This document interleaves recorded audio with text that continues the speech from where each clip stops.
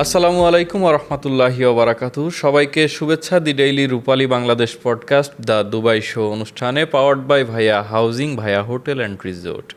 আজকে আমাদের স্টুডিওতে অতিথি হিসেবে উপস্থিত রয়েছেন একজন প্রবীণ প্রবাসী এবং এই প্রবাসে যিনি দীর্ঘ সময় তার জীবনের গুরুত্বপূর্ণ সময় অতিবাহিত করেছেন, তেমনই একজন আমাদের সঙ্গে উপস্থিত রয়েছেন শ্রদ্ধেয় আবুল হোসেন ভাই। আমরা তাকে স্টুডিওতে ওয়েলকাম জানাই। আসসালামু আলাইকুম আবুল হোসেন ভাই, কেমন আছেন? ওয়ালাইকুম সালাম ও রহমতুল্লাহ বারাকাতু। আলহামদুলিল্লাহ, আল্লাহ পাকের অশেষ রহমতে আমি ভালো আছি। অসংখ্য ধন্যবাদ যে আপনি শত ব্যস্ততার মধ্যেও আমাদের স্টুডিওতে এসে উপস্থিত হয়েছেন। আজকে আমরা পুরোটা সময় জুড়ে Rupali Bangladesh podcast the Dubai show অনুষ্ঠানে আমরা আপনার বিভিন্ন কথা শুনবো। আপনি কিভাবে আপনার প্রবাস জীবন শুরু করেছেন, আজকে প্রবাস জীবনে একটা দীর্ঘ সময় আপনি অতিবাহিত করছেন, পরিবার পরিজন ছেড়ে দূর পরবাসে আপনার একটি পরিবার রয়েছে, সেই পরিবারের কথাও শুনবো। প্রবাসীদের সঙ্গে আপনার নানান অভিজ্ঞতা আছে, সেই অভিজ্ঞতার কথাও শুনবো। আমরা শুরুতেই আসলে শুনতে চাই আপনার ব্যক্তিগত জীবন সম্পর্কে, আপনার পরিবার সম্পর্কে। জি আলহামদুলিল্লাহ, আল্লাহ পাকের মেহেরবানি। আমি প্রথমে আমার পরিচয় দিয়ে শুরু করব। আমি আবুল হুসাইন, পিতা মহরম আলী, মা ভানু আক্তার। আমার দেশের বাড়ি চাঁদপুর, কচুয়া থানা। আমার গ্রামের নাম নোয়াগাঁও। আমি ব্যক্তিগতভাবে প্রথমেই লেখাপড়া শুরু করেছিলাম জেনারেল লাইনেই, বেশি আগুতে পারে নাই। অষ্টম শ্রেণী পর্যন্ত পড়ালেখা করার পরে সাময়িক বিরতিতে আমি তখন কর্মজীবনে আসি। তখন আমার আব্বা আম্মা ভাই বোন ছিলেন। তারপরে আমি 1982 সালে আমি বাইরে যাওয়ার জন্য চিন্তা ভাবনা করলাম। তো সেই ক্ষেত্রে বাইরে গেলে তো একটা কাজ শিখতে হবে, কাজ করা লাগবে। আমি কি কাজ করব খুব চিন্তা ভাবনা করতেছি। মাত্র স্টুডেন্ট, লেখাপড়া তার অভিজ্ঞতাও আমার নেই। তখন আমি সিদ্ধান্ত নিলাম যে আমি একটা টেকনিক্যাল কাজ শিখব। সেই টেকনিক্যাল কাজ শিখতে যে আমি সিদ্ধান্ত নিলাম যে ড্রাইভিং কাজটা আমার জন্য সহজ হবে। কারণ কনস্ট্রাকশন কাজ এবং বিল্ডিং কনস্ট্রাকশন, রোড কনস্ট্রাকশন এটা একটু হার্ড কাজ। এবং সেই খেলা আমি গিয়েছিলাম, আমার সমপাঠী যারা ছিল বিভিন্ন জায়গায় তারা কাজ করতেছে, পরিদর্শনে যেয়ে দেখলাম তারা অনেক কষ্ট পরিশ্রম করতেছে এবং ওই কাজ করতে যেয়ে তারা বিভিন্ন জায়গায় আহত হয়েছে। সেগুলো দেখে আমি চিন্তা করলাম যে এই হার্ড কাজটা আমার পক্ষে সম্ভব নয়। তখন আমি বাধ্য হয়ে ড্রাইভিং শেখার জন্য একটা চিন্তা ভাবনা করলাম। এবং এক পর্যায়ে আমাদের এলাকার একটা ছেলে, ও ঢাকায় চাকরি করে প্রাইভেট একটা কোম্পানিতে, তার সাথে আমার পরিচয় হলো। তো ওনার নাম ছিল আব্দুল সাত্তার, ঢাকাতে। তখন ওর সাথে কথাবার্তা বললাম যে ভাই আমি তো একটু ড্রাইভিং শিখতে চাচ্ছি, এখন কোনো সুযোগ আছে এরকম বা আপনার জানাশোনা বন্ধুবান্ধবের মধ্যে? বললো যে আপনি শিখতে হলে ঢাকা আসতে হবে। এবং উনি ঠিকানা দিয়ে গেল যে এই ঠিকানা, আপনি আইসা আমার সাথে যোগাযোগ করেন, তো আমি আপনাকে নিজে না পারলেও আমি একজন লোক ঠিক করে দেবো যাতে করে আপনি কাজ শিখতে পারেন। তো সেই সুবাদে আমি সব কিছু গুছিয়ে ঢাকা আসি এবং ঢাকা শেরে বাংলা নগরে ওনার পরিচিত যিনি আব্দুল সাত্তার ভাই, ওনার সাথে আমার পরিচয় করা দিল যে, এবং কন্ট্যাক্ট হলো আমি 3,000 টাকা ওনাকে দিব, উনি আমাকে পরিপূর্ণ ড্রাইভিং শিখিয়ে দিবেন এবং তার মধ্যে লাইসেন্সও থাকবে। তো দেখ আলহামদুলিল্লাহ, সেই সুবাদেই উস্তাদ আমাকে প্রথমেই গাড়ির কিছু নিয়মকানুন শিখিয়ে দিলেন। তারপরে আমাকে গাড়ি ছেড়ে দিলেন। শেরে বাংলা নগরে সেই সময় অনেক খোলা জায়গা ছিল, একটা ডায়েরি ফার্ম ছিল ওইদিকে। ড্রাইভিং শিখলেন, ড্রাইভিং শেখার পরে ঠিক বিদেশ বা কোন দেশে প্রথম গেলেন এবং কিভাবে গেলেন? হ্যাঁ, ড্রাইভিং শেখার পরে প্র্যাকটিসের জন্য প্রথমে দেশেই কিছুদিন জব করেছিলাম, মানে ভালোভাবে পাক্কা হওয়ার জন্য, এক্সপিরিয়েন্স হওয়ার জন্য। সেটা ছিল আমার ঢাকা বশিরউদ্দিন রোড স্টার্লিং গার্মেন্টসের ম্যানেজিং ডাইরেক্টরের কিছুদিন আমি গাড়ি চালাই। আচ্ছা, তার মানে বিদেশে যাওয়ার আগে আপনার মোটামুটি এতটুকু ধারণা ছিল যে আমি যদি কিছু শিখে যাই বিদেশে বা স্কিল্ড হয়ে যাই তাহলে আমার গুরুত্বটা বেশি হবে, বিদেশে গেলে আমার কদরটা বেশি থাকবে। একটা ট্রেড নিয়ে যাব, আমি একটা কাজ শিখে যাব। আর গাড়ি চালানটা তো মেহনত কম, এটার মধ্যে পরিশ্রমটা কম, একটু কম। তো সেই সুবাদে আমি ঢাকাতে চাকরি নিলাম, ওইটা করতেছি। আর পাকে পাকে আমি বিদেশের চিন্তা ভাবনা করতেছি, যদি কোনো ভালো ভিসা পাইয়ে যাই তাহলে আমি যাব ইনশাল্লাহ। তো আমার গ্রামের একটা ছেলে ছিল, এক ভদ্রলোক ছিল, উনি আবার ঢাকা ইয়াতে সরকারি চাকরি করতেন এডিসিবিতে। তো আমার চাচা হয় সম্পর্কে, উনি আমাকে কল্লা ট্রেডার্স এর একটা অ্যাড্রেস দিল যে ওখান থেকে কুয়েতে ড্রাইভার নেবে, তুমি চাও তো এখানে একটা ইন্টারভিউ দিয়ে দাও। তো ইন্টারভিউ দিলাম, পাশ করলাম, তারপরে কুয়েতে আসলাম। তো বেশি দিন থাকতে পারি নাই ওখানে। আমাদের সাথে যে কথা ছিল কোম্পানির, অর্থাৎ 1982 সালে আপনি সর্বপ্রথম সর্বপ্রথম কুয়েতে আমি যান। আপনার কুয়েতে প্রবাস আসি। জীবন শুরু কুয়েত থেকে। কুয়েত থেকে 1982 সালে। জি। তারপর তারপরে ওখান থেকে আমি এভারেজে প্রায় 1.5 বছর ওখানে চাকরি করছিলাম, কিন্তু আমাদের সাথে যে কন্ট্রাক্ট ছিল কন্ট্রাক্টটা কোম্পানির টিকে নাই। কন্ট্রাক্টটা ডিসকানেক্টেড হওয়ার কারণে কোম্পানি আমাদেরকে লাইসেন্স করায় নাই, যার কারণে আমাদেরকে বলছিল তোমরা সাধারণ লেবারে কাজ করো, এবং বেতনের ব্যাপারটাও কমিয়ে দিয়েছে। তখন আমরা কোম্পানির সাথে যোগাযোগ করার পরে, কোম্পানি খুব ভালো লোক ছিল, উনি ওখানে গিয়েছেন, আমাদের সাথে সাক্ষাৎ করেছেন এবং বলছেন যে তাদের কন্ট্রাক্টটা চলে যাওয়ার কারণে তোমাদের সাথে যে কথা ছিল সেটা আর হয়নি।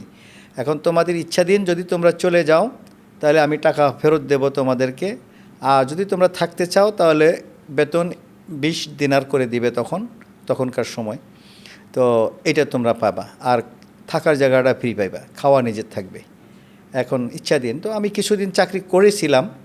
তারপরে আমার আব্বা খুব অসুস্থ হওয়ার পরে আমি আর মন টিকাইতে পারি নাই, তখন চাকরি রিজাইন দিয়ে আমি চলে আসি, দেশে চলে আসি 1.5 বছরে পরে। তারপরে আবার ঢাকা আল্লাহর অশেষ রহমত, যেখান থেকে আমি চাকরিটা ছেড়ে গিয়েছি, ওই বস আবার জানতে পারছে যে আমি চলে আসছি বিদেশ থেকে। উনি আমাকে খবর দিলেন সেখানে যে আলহামদুলিল্লাহ যেখানে ছিলাম ভালো ব্যবহার ছিল, ভালো আচরণ ছিল, ওনারাও আমাকে পছন্দ করেছে, আমাকেও বিভিন্ন সুযোগ সুবিধা দিয়েছে। এবং বস একদিন একটা মজলিসে একথা বলছে আমাকে যে আসলে আমরা কিছু কান কথা শুনতাম যে ড্রাইভাররা এটা চুরি করো, এটা চুরি করো, এটা চুরি করো। আমি আবুল হোসেনকে দেখলাম বিগত দিনে আমার সে অত্যন্ত ড্রাইভার ছিল, আমার বডিগার্ডের মতো সে কাজ করেছে। তো সে কখনো আমি চুরি করতে দেখি নাই। এটি কুয়েতের ঘটনা। এটা কুয়েতের ঘটনা। আচ্ছা, আপনি যেহেতু আপনার সঙ্গে আমি আগেও কথা বলে যেমনটি জেনেছি বা আপনার সম্পর্কে আমি যতটুকু জানি, আপনি কুয়েত থেকে আপনার প্রবাস জীবন শুরু। আপনি সৌদি আরবে ছিলেন কিছুদিন, তারপর আপনি আবারও কিছুদিন বাংলাদেশে, তারপর আপনি সংযুক্ত আরব আমিরাত তথা দুবাইতে এখন বর্তমানে রয়েছেন। প্রত্যেকটি দেশে অর্থাৎ কুয়েত, সৌদি আরব এবং দুবাই কোনো না কোনো মজার ঘটনা বা কোনো বৈচিত্র্যময় কোনো অভিজ্ঞতা বা হতে পারে আপনার জীবনের কোনো করুণ ঘটনা থাকতেই পারে।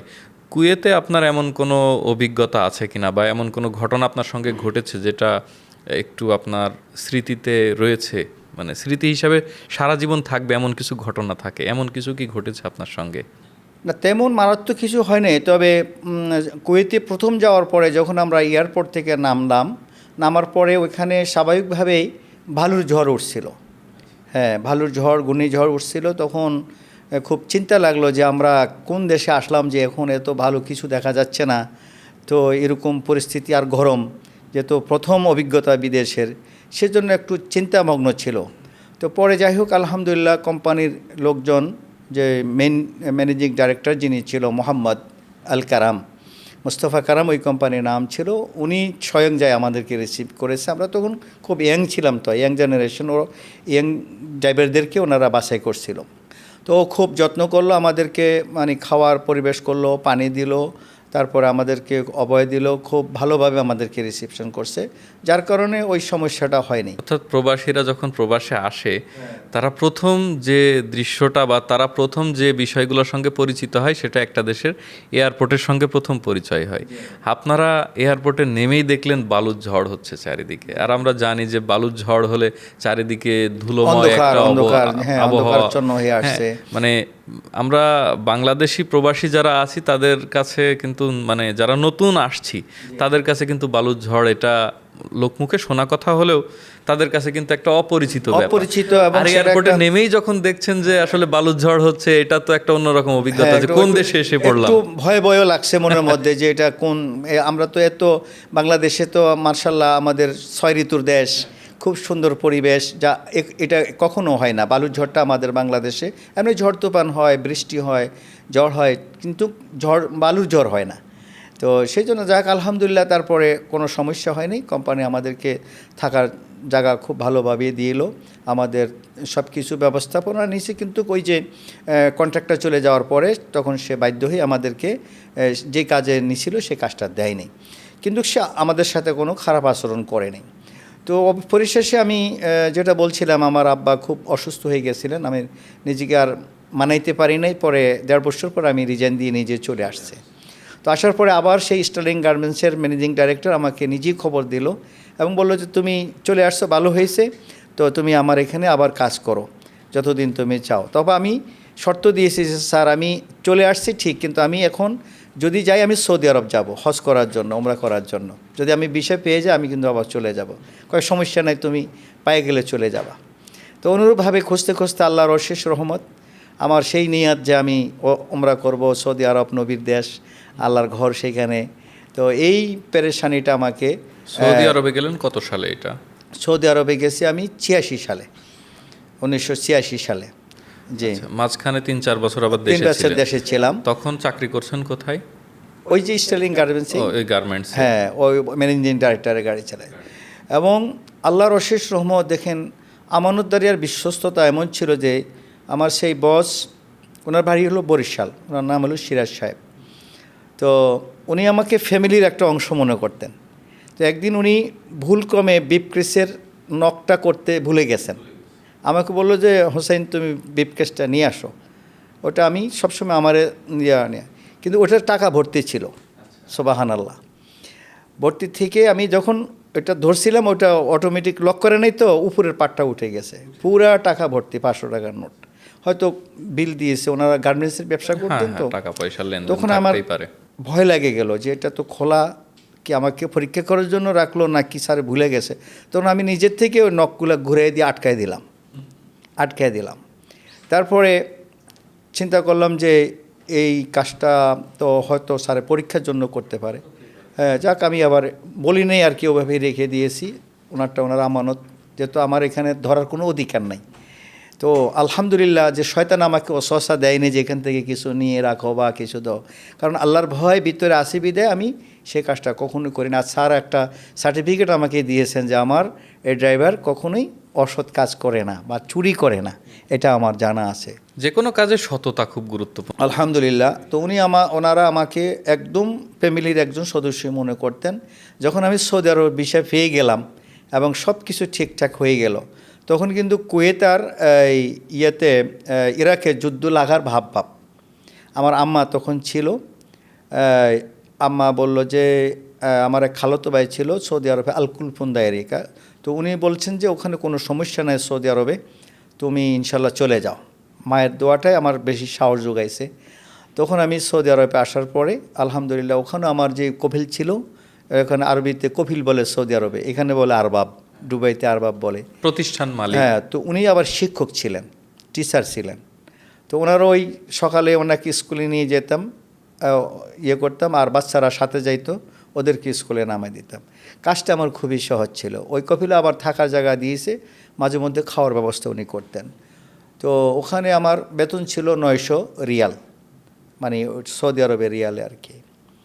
আলহামদুলিল্লাহ ওখানে যথেষ্ট সময় আমি কাটাইলাম। তারপরে এক সময় উনি বলল যে তুমি যদি চাও তো আমি তোমাকে রিলিজ দিয়ে দেব। আপনার ওই কফিল? হ্যাঁ, কফিলে বললো আর কি, যে এখন আমার ছেলেরা বড় হয়েছে, তারা নিজেরা এখন ড্রাইভিং করতে পারে। তখন আমি ওই কফিলের সাথে যাওয়া আসা করতে করতে একটা কোম্পানির লোকের সাথে পরিচয় হলো, যারা ছিল আপনার তাজ ফ্যাক্টরি, মানে খবুজ ফ্যাক্টরি। একজনের নাম ছিল আবদুল্লাহ, আরেকজনের নাম ছিল আজলান। তো ওনারা বললো যে হোসেন তুমি যদি চাও তাহলে আমাদের কোম্পানিতে আসতে পারো। তখন আমি ভিসা চেঞ্জ করে ওই কোম্পানিতে গেলাম। ওটা ছিল সেলসম্যান হিসাবে, 900 রিয়াল বেতন, আর 25,000-এর উপরে যদি আমি সেল করতাম ওটার থেকে 5% আমাকে কমিশন দিত। তো এবারে যে প্রায় আমার 1400-1500 রিয়াল বেতন চলে আসতো। সকালে মাল নিয়ে যেতাম মাইক্রোবাসে করে, ওইটা দোকানে দোকানে সেল করতাম, তারপরে চলে আসছে। এভাবে আমি এবারে যে 5 বছর সৌদি আরবে থাকি। আলহামদুলিল্লাহ, আল্লাহর অশেষ রহমতে ওই যে আমার টার্গেট ছিল হজ করার, সে হজ আমি করে নিলাম। আলহামদুলিল্লাহ, ওমরাও করেছি, হজও করেছি। আরেকটা মজার ব্যাপার ছিল, সেটা না বললে নাই হয়, যে আকাঙ্ক্ষা আমি নিয়ে গেছিলাম। প্রথম আমার কপিলের সাথে একটা লোক ছিল যে ও কন্ট্রাক্টে আসছিল কিছুদিনের জন্য। তো আমার বললো, হোসেন তুই একটা মাস বা 2 মাস তুই একটু অপেক্ষা করো, আমি তোমাকে নিয়ে আসব। তো আপাতত তুমি যদি কোথাও কাজ পাও তাহলে আমি তোমাকে অরাকা দিব, তুমি কাজ করতে পারো। তো আমি বলি ঠিক আছে। তো এইভাবে করতে করতে একটা ফ্যাক্টরির মালিকের সাথে পরিচয় হলো। ওনার নাম হলো ইব্রাহিম আল মোহাইমিদ। তো ওনার আবার একটা লন্ড্রির দোকান ছিল। তো আমার ওদের সাথে আসা যাওয়ায় আমার কাজ ছিল খবুজ প্যাকেট করা শুধু। হ্যাঁ, তো ওনারা আমাকে ডেলি পয়সা দিত আর একবেলা খাওয়া দিত।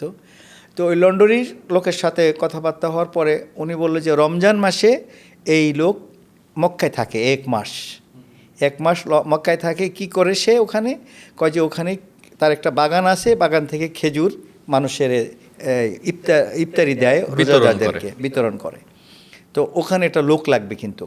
তখন আমি বলে রাখলাম যে যদি লোক লাগে তাহলে আমি ফ্রি আছি, তুমি আমার কথা বলবা। তো এরকম করতে করতে কিছুদিন পরে আর ওই ফ্যাক্টরিতে আমাকে বললো যে আমাদের লোক এখন আর লাগবে না, তুমি চলে যেতে পারো। তো আমি আমার বাসায় চলে গেলাম, থাকি ওই মালিকের বাসায় যিনি আমাকে ভিসা দিয়েছিলেন। তো পরে একদিন রমজান খুব কাছাকাছি সময়, এই ফাঁকে ওই লোকটা ফ্যাক্টরি না থাকার কারণে আমার সাথে যোগাযোগ বিচ্ছিন্ন।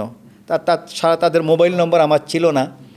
তো আমি হাঁটতে হাঁটতে ওর সাথে দেখা করলাম সৌজন্যমূলক সাক্ষাতে। ও আমার দেখে যেন খুব খুশি হয়ে গেল যে হোসেন তোমাকে আমি খুঁজতেছিলাম। কেন? কয় যে ওই কফিল তোমাকে স্মরণ করছে, ওনারা মক্কায় যাবে, এখন লোক লাগবে। আমি বললাম আলহামদুলিল্লাহ।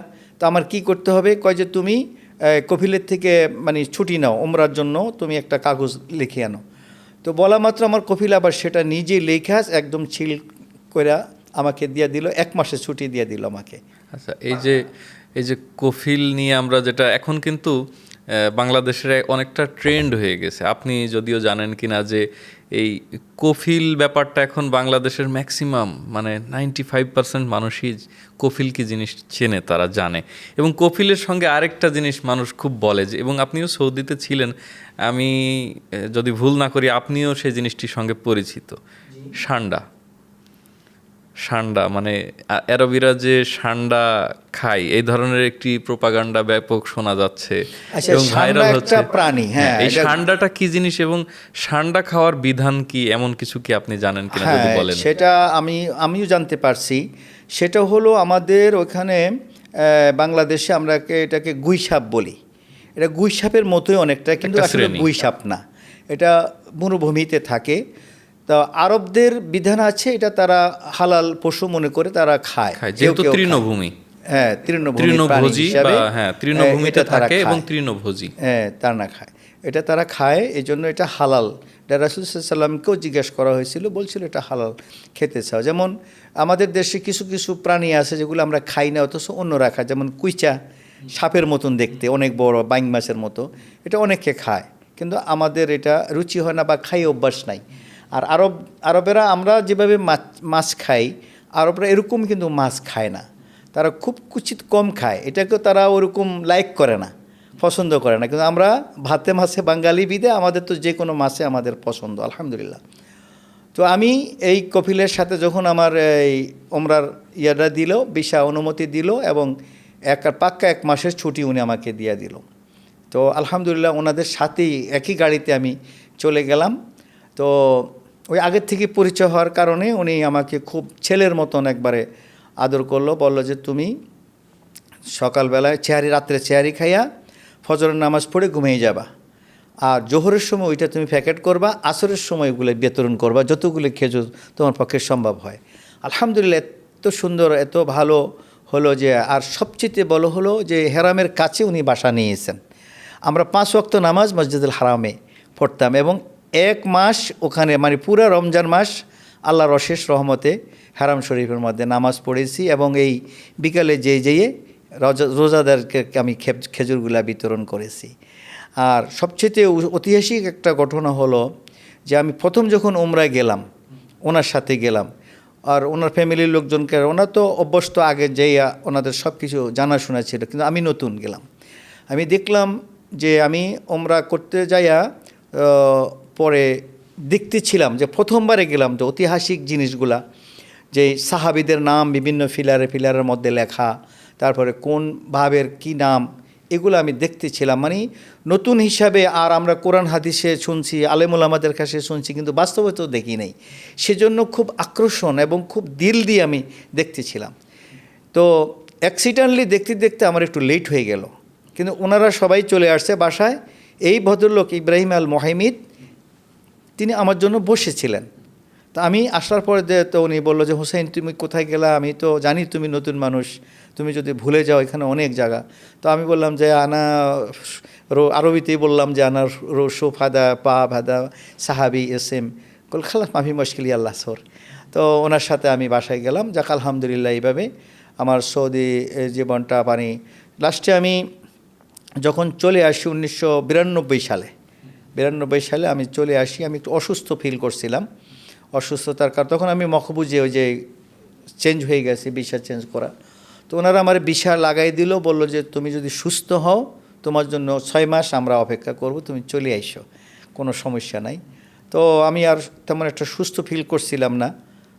পরে আমি রয়ে গেলাম এবং আবার অনুমতিক্রমে দেশে আমি ব্যবসা বাণিজ্য শুরু করলাম, হ্যাঁ, কাপড়ের ব্যবসা বা উইথ টেলারিং। তারপরে এই ফাঁকে আমার খেয়াল হলো যে আমি বিশেষ করে ইসলাম সম্পর্কে আমার জানার কিছু আগ্রহ সৃষ্টি হলো কোরআন হাদিসের আলোকে। তখন যে এটা তো মাদ্রাসায় না পড়লে আমি তো শিখতে পারবো না। তখন ব্যবসার পাশাপাশি আমি আমার পরিচিত জানাশোনা মাওলানা হারুনুর রশিদ সাহেব, একটা মাদ্রাসার সুপার, তিনি এই দাখিল মাদ্রাসার, ওনার সাথে আমার খুব আগের থেকে পরিচয় ছিল। ওনাকে বললাম যে হুজুর আমি যদি মাদ্রাসায় পড়তে চাই আমাকে কি ভর্তি করাবেন? অবশ্যই করাবো, কেন করাবো না। তখন আমি যেহেতু জেনারেল লাইনে ক্লাস 8-এ পড়ে গেছি আমি, তার মাঝখানে আমার 5 বছর চলে গেল এখান থেকে, 5 বছর আরও বেশি, দুবাইতে কুয়েতে দেড় বছর, তো 6-7 বছর এখানে কেটে গেল। কয় যে আপনি যদি পড়তে চান আমরা ভর্তি করাবো। তখন আমি চিন্তা করলাম যে আপনারা কোন ক্লাসে আমাকে ভর্তি করাবেন আমার বয়স হিসাবে? হ্যাঁ, কয় যে আপনাকে আমরা দাখিলে ভর্তি করাবো, দাখিল পরীক্ষা দিবেন আপনি, সামনেই পরীক্ষা কিন্তু। বলে আলহামদুলিল্লাহ, যেটা আপনারা ভালো মনে করেন। তো ওনারা আমাকে দাখিলে ভর্তি করাইলো, রেজিস্ট্রেশন করালো, এবং তখন আমি অলরেডি বয়স হয়ে গেছে। আমার এক ছেলে ওমর তখন পৃথিবীতে এসে গেছে। ওমর তখন নুরানিতে ভর্তি ছিল, নুরানিতে প্রথম সে বছরে পড়তেছে। আর এই ফাঁকে আমি ব্যবসা উইথ লেখাপড়া। তো সবচেয়ে ভালো হলো যে মাওলানা সাহেব আমাকে আরবি ক্লাসে নিয়ে গেলেন, দাখিল ক্লাসে। ওনার নাম ছিল মাওলানা কবির সাহেব। তো উনি আর আমি পাশাপাশি যাচ্ছি, আমারও কেন্দুরা পড়া, মানে সৌদের তোপ বলে, এখানে কেন্দুরা বলে। তো ছাত্ররা মনে করলো, ছাত্রছাত্রীরা মনে করলো যে নতুন কোনো শিক্ষক আসছে। তো আমি বিষয়টা বুঝতে পারছি। তো হুজুরে আমাকে পরিচয় করা দিল যে উনি বাইরে ছিল, তো দীর্ঘদিন পড়ালেখা গ্যাপ গেছে, এখন থেকে উনি নিয়মিত ছাত্র, দাখিলে ভর্তি হয়েছে, উনি তোমাদের সাথে একজন। তখন ওরা হাসাহাসি শুরু করলাম, বলে দেখেন পড়ার কোনো বয়স নাই, চলো সবাই পড়তে যাই। এই পড়া শুরু হলো।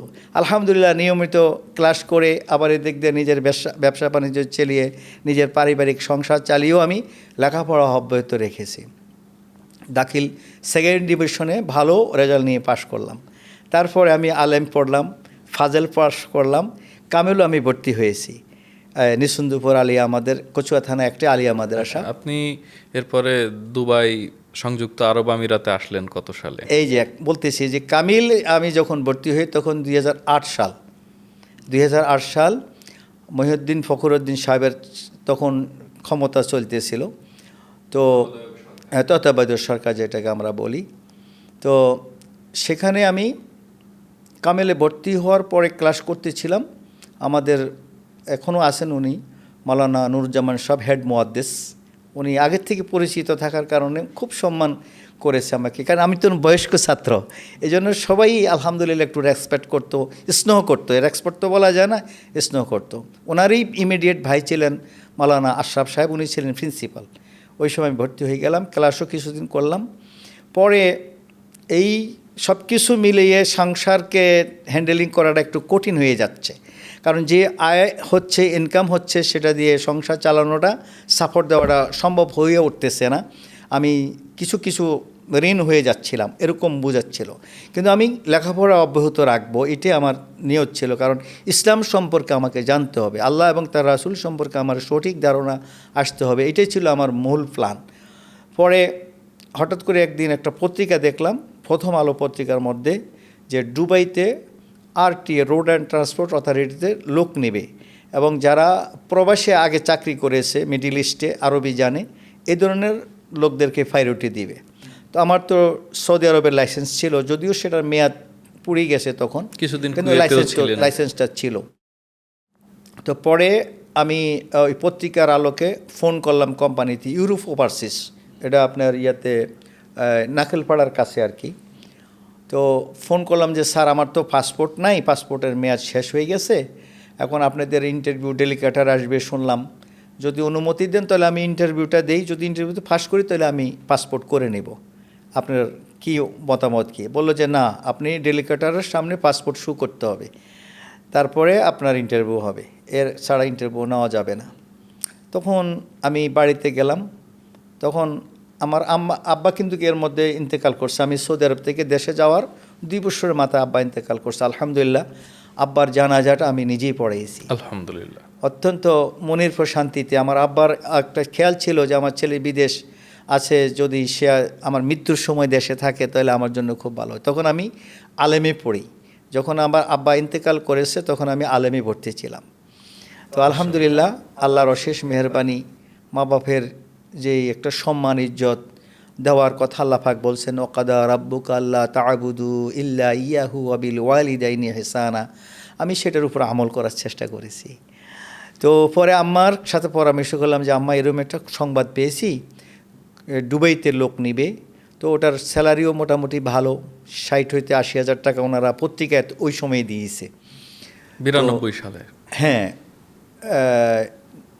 এটা না 2008 সালে, 2008 সালে। হ্যাঁ, 92 সালে তো সৌদি আরবে গেছে। আচ্ছা, সৌদি আরব। 2008-এ ডুবের কথা বলতেছি। ডুবের ওই পত্রিকাটা পাইয়ে আর কি, ইউরোপ ওভারসিজের থেকে ওনারা এটা ছাপছিল যে দুবাইতে ট্যাক্সি ড্রাইভার নেবে, তাদের স্যালারি এই, তবে আরবি এবং ইংলিশ জানা থাকতে হবে, এবং অতীতের আরবিয়ান কান্ট্রিতে জব করেছে এরকম লোকদেরকে প্রায়োরিটি দিবে। তো সেই ক্ষেত্রে আম্মার সাথে প্রথম পরামর্শ করলাম যে আম্মা আপনি কি বলেন। একবার তো বিদেশ যাইয়া চলে আসলাম আমার শারীরিক অসুস্থতার কারণে। আম্মা আমার, আল্লাহ ওনাকে জান্নাতুল ফিরদাউস নসিব করুক, আমায় যে পরামর্শটা দিল যে বাবা তুমি মায়ের খেদমতের জন্য, বাবার খেদমতের জন্য বিদেশ থেকে চাকরি রিজাইন দিয়ে আসছো, এখন তো যেই অবস্থা তোমার ছেলে মেয়েরা বড় হইতেছে, তাদের লেখাপড়া করাইতে হবে, তারপরে মেয়েরা বড় হলে বিয়ে শাদী দিতে হবে, তো তোমার টাকা পয়সার প্রয়োজন রয়েছে, তো যদি পারো আল্লাহর রহমতে চেষ্টা করে চলে যাও, এবং তুমি যাইতে পারলে যদি টাকা পয়সা পাঠাইতে পারো মায়ের খেদমতো চলবো, যেই খেদমতের জন্য তুমি চলে আসছো। মায়ের এই দোয়াটা পাওয়ার পরে মানে মার থেকে আমি সাহসটা পাইয়ে তখন আমি সিদ্ধান্ত নিলাম যে আগে পাসপোর্ট করতে হবে। তখন 2008 সাল ওই যে তত্ত্বাবধায়ক সরকার ইমার্জেন্সি পাসপোর্ট, তখন আমি 8,000 টাকা দিয়ে আমাদের এই পরিচিত একজন ভাই ওনার মাধ্যমে করাইলাম। ওটা 10 বছরের মেয়াদ ছিল। তো ওইটা নিয়ে আমি শুরু করলাম ইউরোপ ওভারসিজে, যথারীতি টাইম মতো যাই ইন্টারভিউ দিলাম। এখান থেকে ডেলিগেটর গেছিল, আপনি মনে হয় চেনেন, নুমান আর মোস্তফা, ওরা দুইজন, এই দুজনকে আমি আগের থেকে মানে কনফার্ম চিনি আর কি, আরও গেছিল লোক, কিন্তু এই দুজনকে আমি চিনতাম। নুমান সাহেব আমার ইন্টারভিউ নিয়েছে আর মোস্তফাই, দুজন যৌথভাবে। প্রথমে তো ইংলিশ, এরপরে ড্রাইভিং প্র্যাকটিক্যাল নিল। আলহামদুলিল্লাহ ইংলিশে তারা যেগুলো জিজ্ঞেস করেছে সেগুলোর উত্তর দিলাম, আর ড্রাইভিংটা প্র্যাকটিক্যাল আমি পাস করলাম। তারপর আমাকে 15 ক্লাস দিয়েছে, বললো যে তুমি ওখানে যাইয়া এই ক্লাসটা করবা, যারা পাস করেনি তাদেরকে বেশি ক্লাস দিয়েছে। তো গ্যালাদারিতে আমি আসার পরে গ্যালাদারিতে 15 ক্লাস করে আল্লাহর রহমতে প্রথম চান্সে আমি ফার্স্ট ইউরোপ ওভারসিজ থেকে প্রথম বেশি আমরা 17 জন লোক আসলাম। 17ই মে 2008 সালের 17ই মে প্রথম আমরা দুবাইতে আসি। তো দুর্ভাগ্যবশত আমাদের প্রথম থেকে লাইসেন্সের জন্য তারা প্রসেসিং করে নাই, 4-5 মাস আমরা বসা ছিলাম। তো এর মধ্যে যে কাজ করছে মানে সাময়িকের জন্য থাকা খাওয়া সব নিজের ছিল, কোম্পানি সেটা বহন করে নাই। তো পরে আমাদের ভাইদের মধ্যে থেকে যে কাজ পারছে করছে। তো আমি চিন্তা করলাম আমি তো আর এমনি শারীরিক কোনো কাজ জানি না। তখন আল্লাহর অশেষ রহমত, আসলে একটা কথা বলা আছে, ডেকি যেখানে যায় সেখানেই ভাড়া বাঁধে, একটা আঞ্চলিক কথা আছে। তো আমি আমার লাইনে খোঁজ করলাম আমাদের হরল্যান্ডস এরিয়ার মধ্যে, দুবাইতে হরল্যান্ডস, ওই যে তালাল সুপার মার্কেট বা আশেপাশেই, ওখানে আবু হেল ফার্মেসিটা খুব বেশি পরিচিত ছিল, আবু হেল ফার্মেসি। তো ওখানে মোয়াজ্জেন ছিল আমাদের বাংলাদেশি, ইমামও বাংলাদেশে ছিল।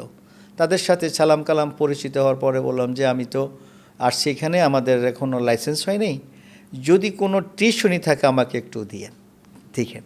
ওরকম বলতে বলতে একদিন আলহামদুলিল্লাহ আসর নামাজ পড়তে গেলাম, একজন মোয়াজ্জেন, ওনার নাম ছিল জয়নাল আবদিন ভাই, বললো যে হোসেন সাহেব আপনার জন্য একটা টিউশনি ঠিক করেছি।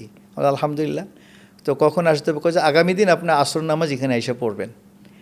তো ঠিক আমি আসর নামাজ পড়লাম, পরে দেখলাম যে একটা ইন্ডিয়ান একজন ভদ্রলোক, উনি আবার যে আলগাসিস এমআরএস ড্রাইভিং স্কুলের টিচার, শিক্ষক তিনি, তার ছেলেকে পড়াইতে হবে। তো উনি বললেন যে হ্যাঁ আমার ছেলেকে আপনি পড়াবেন, আসরের পরে আইসা 1 ঘন্টার সময় দিবেন তাকে। তা আপনাকে কত দিতে হবে? আমি বলে স্যার টাকা পয়সার কথা বলবেন না, আমি আল্লাহর সন্তুষ্টির জন্য কোরআন শেখাবো, আপনি খুশি মানে যা দেন। আলহামদুলিল্লাহ। তো উনি 200 দিরহাম করে আমাকে দিয়ে দেন, আমার এটা দিয়ে মোটামুটি পকেট খরচটা চলেছে আলহামদুলিল্লাহ। দুবাই ট্যাক্সিতে আপনি নিজেও এখনও কর্মরত আছেন 2008 সাল থেকে 2025 সাল পর্যন্ত, একটা দীর্ঘ সময়।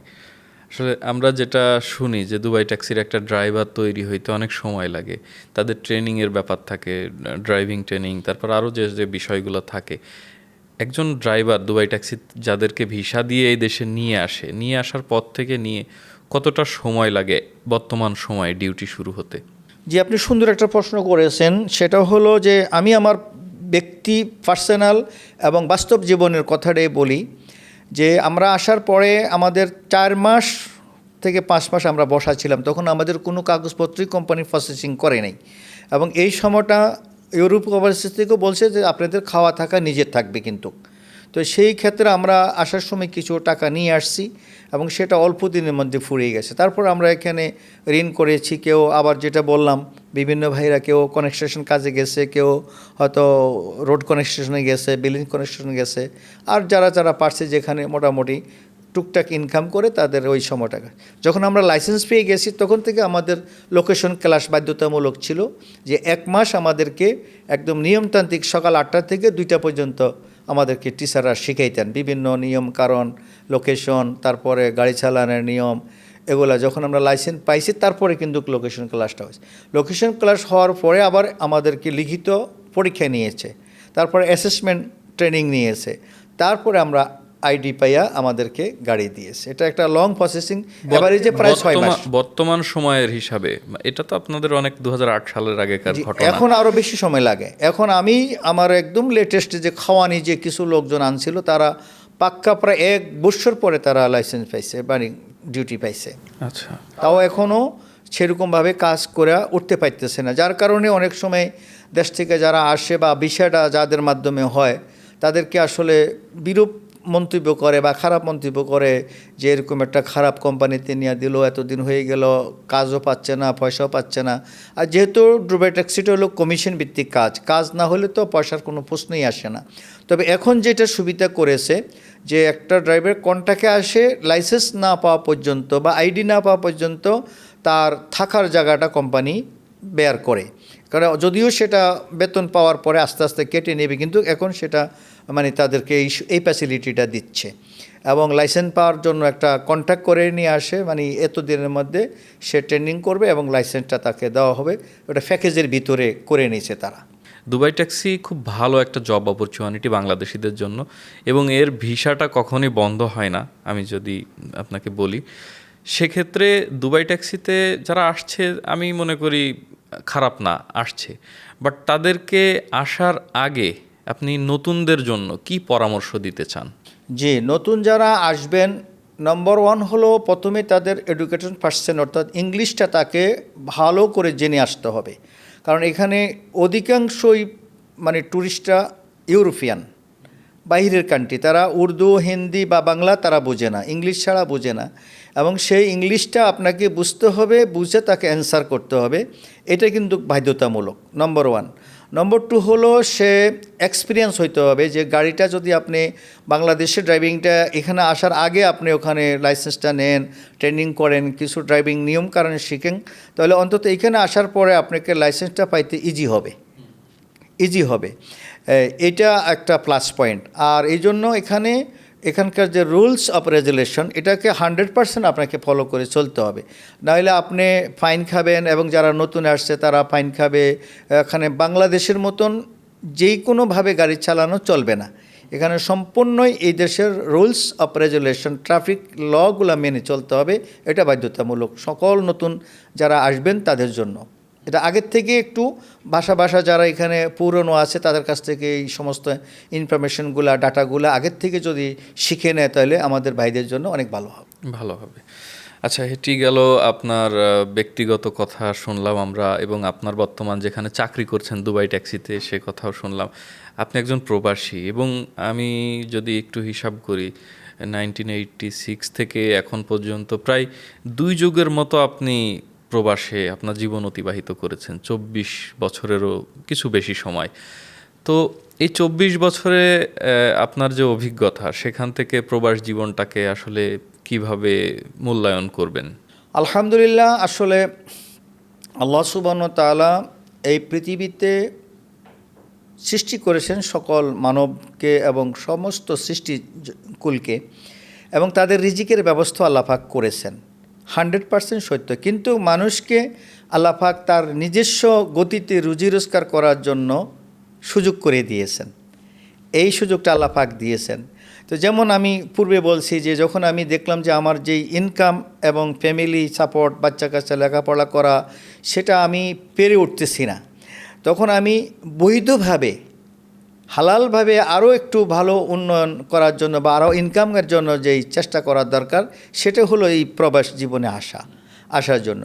তো আলহামদুলিল্লাহ, আল্লাহর অশেষ রহমতে আমি যেদিন থেকে আইডি পেয়েছি, কাজ শুরু করেছি, সেদিন থেকে আমি আমার ফ্যামিলিকে সাপোর্ট দিয়ে আসতেছি। রানিং খরচ আমার তখন আম্মা ছিল, আব্বা ছিল। তো আব্বা তো আমি সৌদি আরব থেকে যাওয়ার পর ইন্তেকাল করেছেন, মা দীর্ঘদিন বেঁচে ছিল। আমি দুবাইতে আসার অনেক পরে আম্মা ইন্তেকাল করেছেন। তো আমার 2 ছেলে 2 মেয়ে, আলহামদুলিল্লাহ। বড় ছেলে আমার ওমর, সে দাখিল মাদ্রাসা পর্যন্ত, যখন সে ক্লাস 8-এ পড়ে তখন আমি বাইরে চলে আসি। এর থেকে তাকে লেখাপড়া করানো, সাপোর্ট দেওয়া, সে এখন বর্তমানে একজন বিএসসি ইঞ্জিনিয়ার। সেই ঢাকাতে একটা ভার্সিটিতে, প্রাইভেট ভার্সিটিতে তাকে পড়িয়েছি। তো প্রতি মাসে তাকে আমাকে 10-12 হাজার টাকা সাপোর্ট দেওয়া লাগছে, এবং এটা বাইরে আসার কারণে আল্লাহর রহমতে সম্ভব হয়েছে। দেশে থাকলে তো আমার পক্ষে এত টাকা সাপোর্ট দেওয়া সম্ভব হতো না। তারপরে আমার 2 মেয়ে, তারা ফাতেমা এবং সুমাইয়া, তারাও একজন ডিগ্রি কমপ্লিট করেছে, আরেকজন ইন্টার কমপ্লিট করে একটা বিষয় অনার্স করতেছে। তাদেরকে আমি অবশ্য বিবো দিয়ে দিয়েছি ইন্টারের পরেই। তো তারা এখন ডিগ্রি কমপ্লিট করে তারা গৃহিণী হিসাবে আছে, আলহামদুলিল্লাহ। তারপরে এই যে তাদেরকে সাপোর্ট দেওয়া লেখাপড়ার, এটা যদি আমি প্রবাসে না আসতাম বা ইনকামটা আমার সেভাবে না থাকতো, তাহলে তাদেরকে সেভাবে আমি পড়ালেখার সহযোগিতা করতে পারতাম। আপনার ছোট ছেলেও এখনো পড়াশোনা করছে? আমার ছোট ছেলে ওবায়দুল্লাহ বিন হুসাইন, আমি দুবাই আসার পরে সে দুনিয়ায় আগমন করেছে এই সময়ের ভিতরে। তার বয়স এখন 13 বছর রানিং। সে হেফজ শেষ করেছে আমার শ্বশুরের কাছে, কুমিল্লা সফুয়া মাদ্রাসা হেফজখানায়। ওখান থেকে আমার শ্বশুরের তত্ত্বাবধানে সে হেফজটা শেষ করেছে, আলহামদুলিল্লাহ। আমার শ্বশুর অবশ্য গত বছর ইন্তেকাল করেছেন, আল্লাহ ওনাকে জান্নাতুল ফেরদাউস নসিব করুক। তো এখন সে দারুন নাজাত সিদ্দিকিয়া কামিল মাদ্রাসায় 8ম শ্রেণীতে পড়তেছে ঢাকায়, আলহামদুলিল্লাহ। তার লেখাপড়াও প্রতি মাসে 10-12 হাজার টাকা আমার সাপোর্ট দেওয়া লাগতেছে। তো এই যে বিষয়গুলা আল্লাহর রহমতে আমার প্রবাস জীবনে, এটা তাদের জন্য একটা বিরাট একটা সাপোর্ট হয়েছে এই আয়ের মাধ্যমে। তবে আলহামদুলিল্লাহ, আল্লাহর রহমতে যা কিছু করেছি, পরিশ্রম করেছি, কিন্তু অসৎ উপায়ে কোনো ইনকামের দিকে চিন্তাও করি নাই, আর কাউকে উপদেশও দেই না। তো এই জন্য আল্লাহ বরকত দিয়েছেন। আর এমএজে আমি আবার একটা ঘরও করেছি, 2 তলার ফাউন্ডেশনে দিয়ে 1 তলা কমপ্লিট করেছি, 4টা রুম, বেডরুম, একটা ইয়াতে আপনার গেস্ট রুম, আর মাঝখানে আপনার হল রুম আছে, কিচেন উইথ অ্যাটাচড বাথরুম। তো এটার দোতলার ফাউন্ডেশন হয়েছে, দোতলা কমপ্লিট হয়নি, একতলা কমপ্লিট হয়েছে। এই আয়ের মাধ্যমে আল্লাহ পাক আমাকে বরকত দান করেছেন। হ্যাঁ, যেমন আয়ের কথা বলছিলেন, প্রবাসীরা আসলে তাদের কাজের মাধ্যমে খুব ভালোই আয় করেন, কিন্তু আমারও দর্শন হচ্ছে প্রবাসীরা বেশ আবেগী হয় এবং তারা আয়ের একটা বড় অংশই নিজের থেকে বেশি দেশে পরিবারের জন্য খরচ করে থাকেন। অবশ্যই পরিবারের দায়িত্ব আছে, পরিবারের ওপরে আমাদের ইমানি দায়িত্ব আছে, আমাদের সামাজিক দায়বদ্ধতা আছে, কিন্তু কিছু কিছু প্রবাসী আমার দেখা হয়তো একটু বেশি খরচ করে ফেলেন। এই কথাটা কেন বলা, বিভিন্ন সময় আমি লক্ষ্য করেছি, বিভিন্ন নিউজে খেয়াল করি, বা আমার কাছেও, আমি একজন গণমাধ্যম কর্মী হিসেবে আমার কাছেও বিভিন্ন সময় অভিযোগ আসে, ভাই আমি তো 15 বছর ধরে বিদেশ করি, আমি দেশে গেলাম, দেশে গিয়ে দেখলাম আমার কিছুই নেই। একটা জমি কিনেছি, এই জমিটা আমার বাবা আমার ছোট ভাইয়ের নামে রেজিস্ট্রি করেছে, আমি এতগুলো টাকা দিয়েছি, এই টাকা আমার অ্যাকাউন্টে না রেখে আমার বোনের অ্যাকাউন্টে রেখেছে, এখন ওই টাকার দাবিদার হিসেবে আমাকে গ্রান্ট করা হচ্ছে না বা আমাকে ওই টাকাটা দেয়া হচ্ছে না। এভাবে নানাভাবে প্রবাসীরা কিন্তু প্রতারিত হয়ে থাকেন।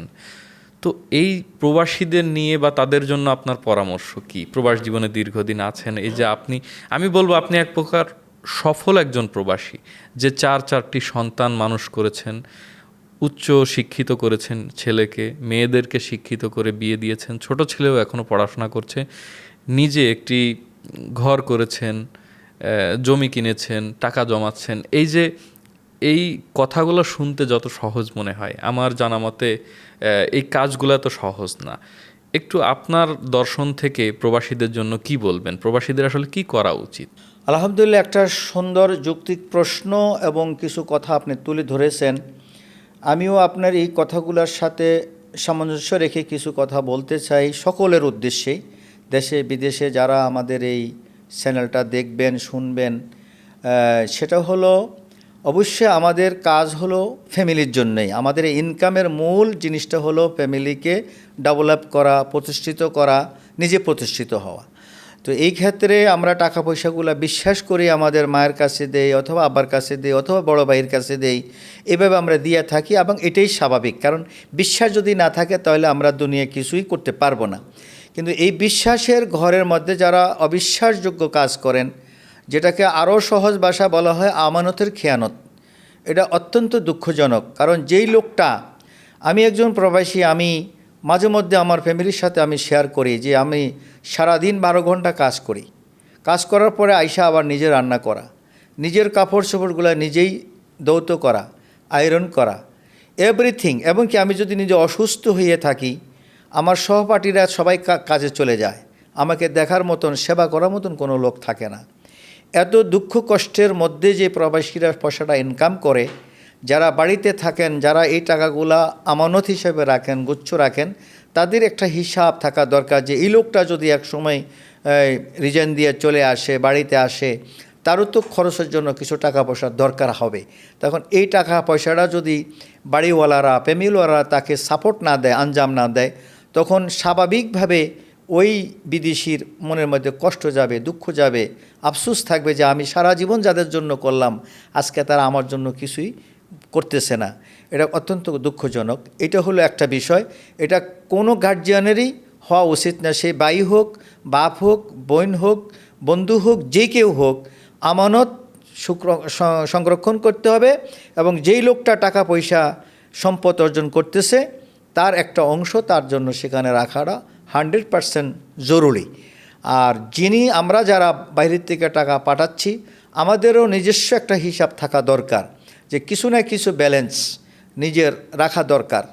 আমি ছোট্টকালে আমার বিগত আমার ব্যবসার সাথে অভিজ্ঞতার থেকে একটা কথা বলবো, সেটা হলো ওনারা যারা বিদেশ করতেন, মানে সময়কের জন্য 1 মাস, 2 মাস, 3 মাসের জন্য ওনারা বাইরে যেয়ে কাজকর্ম করে আবার বাড়িতে আসতেন। বাড়িতে আসার পরে ওনারা আবার যাওয়ার জন্য একটা টাকা যে ভাড়া লাগবে, সেটা আগে রেখে দিতেন। আগে সেটা গুচ্ছ রেখে দিতেন যে এই টাকাটা আমার আবার যাওয়ার সময় লাগবে, এটা আমানত রাখতেন। আর বাকি টাকাটা ওনারা সংসারের জন্য খরচ করতেন। তো অনুরূপভাবে আমরা যারা প্রবাসে আছি, আমাদেরও কিছু না কিছু অংশ আমাদের নিজস্ব অ্যাকাউন্টে ব্যালেন্স রাখা দরকার। যেই বাড়ির টাকাটা হয়তো কোনো কারণে ওনারা খরচ করে ফেলবে, অন্যরা অনেকটা জায়গা কিনে ফেলবে, অথবা একটা ঘর কিনে ফেলবে, অথবা গয়না কিনে ফেলবে, কিন্তু টাকাটার ব্যালেন্স থাকবে না। তো এই জন্য নিজস্ব কিছু ব্যালেন্স নর্মালি রাখা দরকার, যাতে করে বাড়িতে গেলে তখন কারোর কাছে হাত পাততে না হয়, অন্তত নিজের থেকে কিছু রেখে খরচ করা যায়। এরকম পরিমাণ টাকার প্রত্যেক প্রবাসীর নিজস্ব একটা তহবিলে রাখা উচিত বলে আমি মনে করি। যারা বৈধভাবে বিদেশে আসেন, বিদেশে আসার সময় আপনারা যারা টিটিসি থেকে, টেকনিক্যাল ট্রেনিং সেন্টার থেকে ট্রেনিং করেন, আপনাদেরকে একটি বিষয়ে বারবার বলে দেয়া হয়, দুটি ব্যাংক অ্যাকাউন্ট করুন।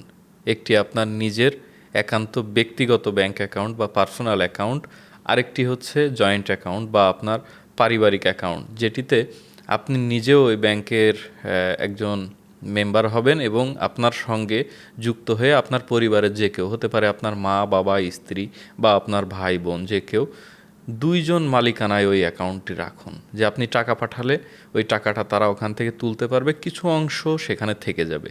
আবার আপনি যখন দেশে যাবেন তখন আপনিও ওই ব্যাংক অ্যাকাউন্ট থেকে টাকা তুলতে পারবেন। আর যে আপনার পার্সোনাল অ্যাকাউন্টটি, সেই অ্যাকাউন্টটির টাকা আপনি আপনার মতো করে সঞ্চয় করবেন।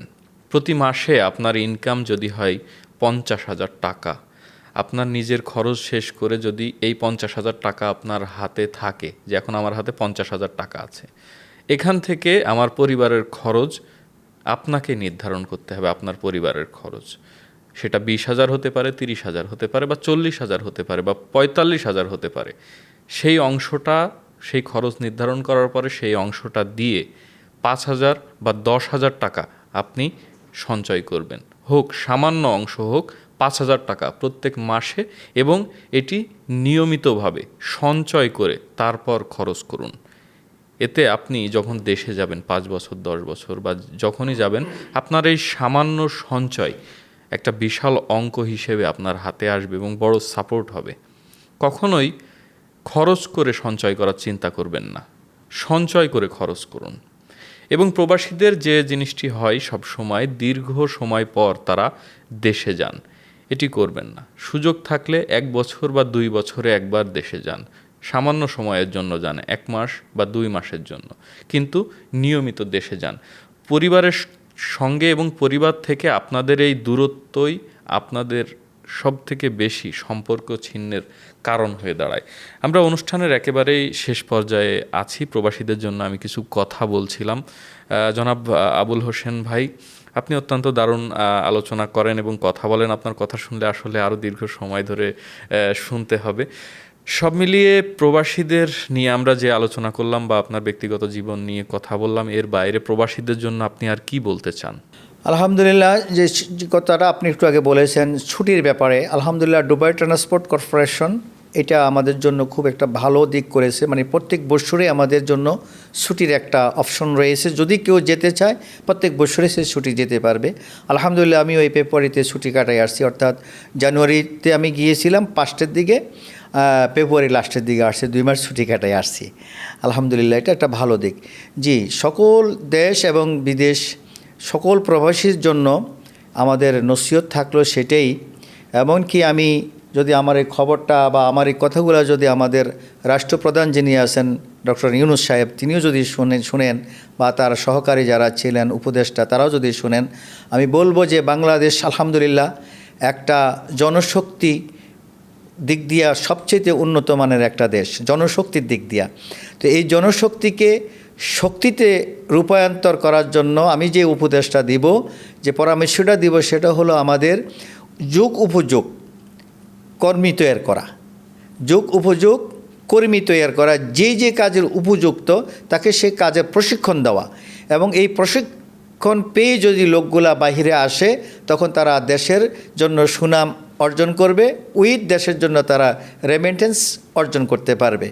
আমাদেরকে রেমিটেন্স যোদ্ধা বলা হয়। আলহামদুলিল্লাহ কোনো সন্দেহ নাই, বাংলাদেশের বিশ্বের যে কোনো জায়গার থেকে যেই প্রবাসীরা টাকা পয়সা বাংলাদেশে পাঠাচ্ছে, এটাতে বাংলাদেশের অনেকটাই আর্থিক উন্নয়ন গঠানো সম্ভব হচ্ছে এবং আমাদের ডক্টর ইউনূস সাহেব এই ব্যাপারে খুব সচেতন এবং আরও সচেতন হওয়ার জন্য আমি অনুরোধ করব যাতে বাংলাদেশের এই জনশক্তিটাকে যার যার উপযুক্ততা শিক্ষার দিক দিকে মানের দিক দিয়ে উন্নয়ন করে তাদেরকে যদি সেই পরিমাণ প্রশিক্ষণ দেওয়া হয় এবং সেই প্রশিক্ষণ দিয়ে যদি এই লোকগুলোকে বাইরে পাঠানো হয় তাহলে ইনশাল্লাহ বাংলাদেশের জন্য তারা সুনাম অর্জন বয়ে আনবে, তারা রেমিটেন্স আরও বেশি করে পাঠানোর সুযোগটা পেয়ে যাবে।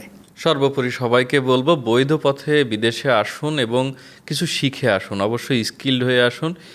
স্কিল্ড বা প্রশিক্ষিত যে কর্মী তার ভূমিকা যেমন প্রবাসে সব থেকে বেশি এবং তার আয়ের পরিমাণটাও বেশি। তাই আপনাকেও ধন্যবাদ জানাচ্ছি যে আমাদের অনুষ্ঠানে আপনি গুরুত্বপূর্ণ সময়, আসলে আপনার সারাদিন ডিউটি ছিল, ডিউটি শেষ করে আমার প্রোগ্রামে এসেছেন, খুব গুরুত্বপূর্ণ সময় আপনি দিয়েছেন। রূপালী বাংলাদেশ পডকাস্টের পক্ষ থেকে, দুবাই শোয়ের পক্ষ থেকে আপনাকে অসংখ্য ধন্যবাদ এবং কৃতজ্ঞতা জানাচ্ছি। আমাদের অনুষ্ঠানটি স্পন্সর করেছে ভাইয়া housing, Bhaiya hotel and resort. আপনি ভাইয়া হাউজিংয়ের সঙ্গেও আছেন, ভাইয়া হাউজিং নিয়ে দুটি কথা শুনতে চাই আপনার মুখ থেকে। জি আলহামদুলিল্লাহ, আমাদের সম্মানিত ভাইয়া হাউজিংয়ের যিনি ম্যানেজিং ডাইরেক্টর সাহেব মারুফ সত্তার সাহেব, উনি আসছিলেন দুবাইতে এবং আমাদের শ্রদ্ধাভাজন মাওলানা মাসুম বিল্লাহ আল আসাদ সাহেবের সাথে সহকারে আমরা একটা মিটিং করেছিলাম আমাদের ঘারুদ্দে এই বিজনেস সেন্টারে। তো সেই সময় থেকে ওনার কথাবার্তাগুলো আমার খুব ভালো লেগেছে এবং বিশ্বাসযোগ্য মনে হয়েছে, বিধায় আমিও ভাইয়া হাউজিং বীরতারা সিটিতে আমি 2টা প্লট নিয়েছি, একটা আমার নিজের নামে আর একটা আমার ওয়াইফের ভাইয়ের নামে 2টা নিয়েছি। উনি প্রবাসী সৌদি আরবে থাকেন। তো আলহামদুলিল্লাহ আমি আশা করি ভাইয়া হাউজিংয়ের সাথে যারা জড়িত রয়েছেন বা ওনাদের আরও প্লট রয়েছে, ইনশাআল্লাহ উত্তরোত্তর এটার কল্যাণ কামনা করছি এবং আশা রাখি ভাইয়া হাউজিং কর্তৃপক্ষ আমাদের সাথে সদাচরণ এবং সততা বজায় রাখবেন। আমরাও ওনাদের সাথে যে প্রতিশ্রুতি দিয়েছি আমরাও সেটা বজায় রাখব এবং ভাইয়া হাউজিংয়ের উত্তরোত্তর উন্নয়ন কামনা করছি। ধন্যবাদ আপনাকে। ধন্যবাদ দর্শক আপনাদেরকেও। আপনারা দেখছিলেন দৈনিক Rupali Bangladesh podcast the Dubai show, powered by Bhaiya housing and Bhaiya hotel and resort. আমি SM সাফায়েত আপনাদের সঙ্গে ছিলাম এতক্ষণ। আমাদেরকে সময় দেওয়ার জন্য আপনাদেরকে আবারও জানাচ্ছি অশেষ কৃতজ্ঞতা ও ধন্যবাদ। আসসালামু আলাইকুম। দেখা হবে আবারও নতুন কোনো পর্বে, নতুন কোনো গল্প নিয়ে, নতুন কোনো অভিজ্ঞতা নিয়ে, নতুন কোনো অতিথির সঙ্গে। ততক্ষণ ভালো থাকুন, সুস্থ থাকুন, আনন্দে বাঁচুন। ধন্যবাদ সবাইকে।